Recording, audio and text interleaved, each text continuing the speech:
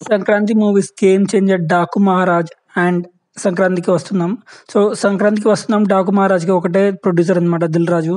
So, ఒక సినిమాతో పోయింది. ఇంకో సినిమాతో లాభం వచ్చిందని చెప్పుకోవచ్చు అనమాట. 'డాకు మహారాజ్' యునానిమస్‌లీ అది ఒకే సినిమా కాబట్టి అది హిట్ అయిందని చెప్పుకోవచ్చు అనమాట. సో, తర్వాత 'పుష్ప' ప్రొడ్యూసర్ నవీన్ గారి. సో, ముగ్గురిది అయితే సోదాలు జరుగుతున్నాయి. ఐటీ సోదాలు అయితే జరుగుతుందని చెప్పుకోవచ్చు. 'దిల్ రాజు' అండ్ 'శిరీష్'. సో, ఏదైతే వీళ్ళిద్దరు ఉన్నారో వీళ్ళకైతే ఐటీ రైట్స్ జరుగుతుందని చెప్పుకోవచ్చు అనమాట. సో, ఇంకా 'పుష్ప' తీసిన ప్రొడ్యూసర్ నవీన్ గారి మీద కూడా ఐటీ సోదాలు అయితే జరుగుతున్నాయని చెప్పుకోవచ్చు. సింగర్ సునీత గారి హస్బెండ్ రాము 'మ్యాంగో మూవీస్', 'మ్యాంగో మ్యూజిక్' అని ఉంటుందన్నమాట వాళ్ళది. సో, వాళ్ళ మీద కూడా ఐటీ సోదాలు అయితే జరుగుతున్నాయని చెప్పుకోవచ్చు అనమాట.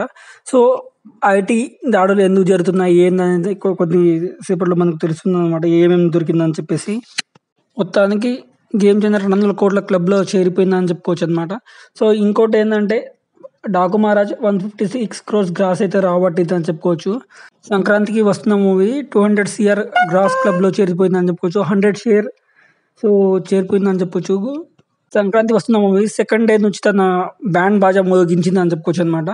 సో, సెకండ్ డే హైయెస్ట్ షేర్‌లో 8థ్ పొజిషన్ అయితే వచ్చిందని చెప్పుకోవచ్చు అనమాట. ఫోర్త్ డే హైయెస్ట్ షేర్ మూవీస్‌లో 7th పొజిషన్ నిలిచిందని చెప్పుకోవచ్చు అనమాట. Fifth day first 'RRR' movie అయితే హైయెస్ట్ షేర్‌లో ఉందని చెప్పుకోవచ్చు. దాని తర్వాత 'సంక్రాంతికి వస్తున్నాం'. సో, ఎక్కడో 8th పొజిషన్ నుంచి సెకండ్ పొజిషన్ దాకా వచ్చిందని చెప్పొచ్చు.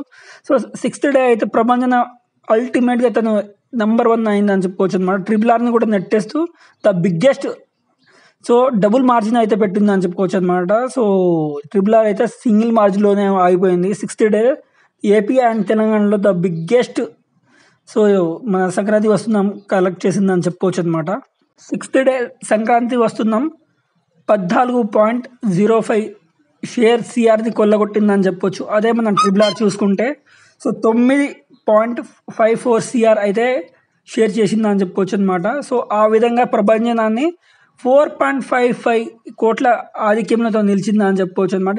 ఇప్పట్లో ఏ మూవీ తను బీట్ చేయాలన్నా సో, కొన్ని రికార్డులు అయితే తిరిగి రాసిందని చెప్పుకోవచ్చు అనమాట. The rare and record Venkatesh గారికి రావడం అనేది సో, ఎందరో ఊహించలేదు. సో, ఒక 'సంక్రాంతికి వస్తున్నాం' ఆ మూవీ ఒక చిన్న సినిమా అని అనుకున్నారులే కానీ ఇంత ప్రభంజనాన్ని సృష్టిస్తుంది.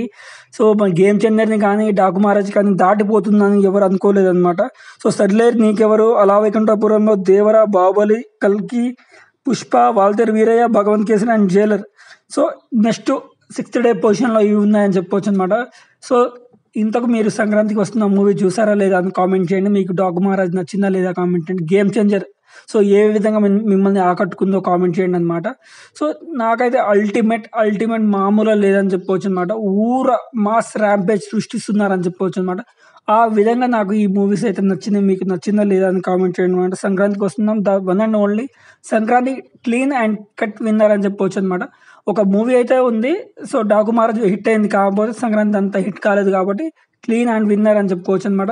మీరు 'డాకు మహారాజ్' నచ్చిందా? 'గేమ్ చేంజర్' నచ్చిందా? సో, అలాగే ఐటీ రైడ్‌లో ఎవరు దొరికిపోతారు? సో, ఎవరు దొరకరా? సో, అందరూ మంచిగా చేస్తున్నారా?